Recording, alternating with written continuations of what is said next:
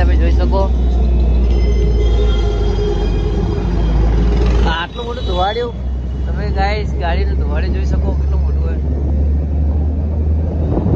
સાલેસર બહુ મોટું હોય. અરે આખો લાઈટ ના ગાઈસ સોરી યાર પરવીના આંખમાં અમે લાઈટ પાડ નાખી.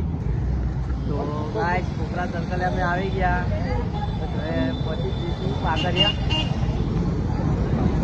આ છે આપણે કોકરા સર્કલ.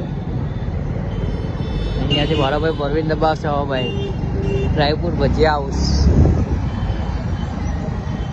બા મેથી જાય બધા